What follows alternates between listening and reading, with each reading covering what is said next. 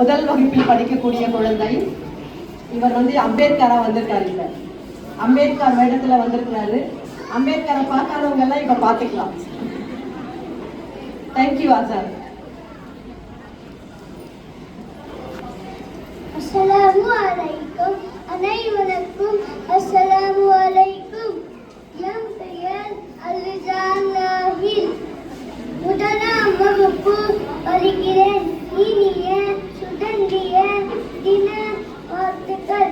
மகாத்மா காந்திஜி, நேதாஜி போன்ற தலைவர்கள் போராடினார்.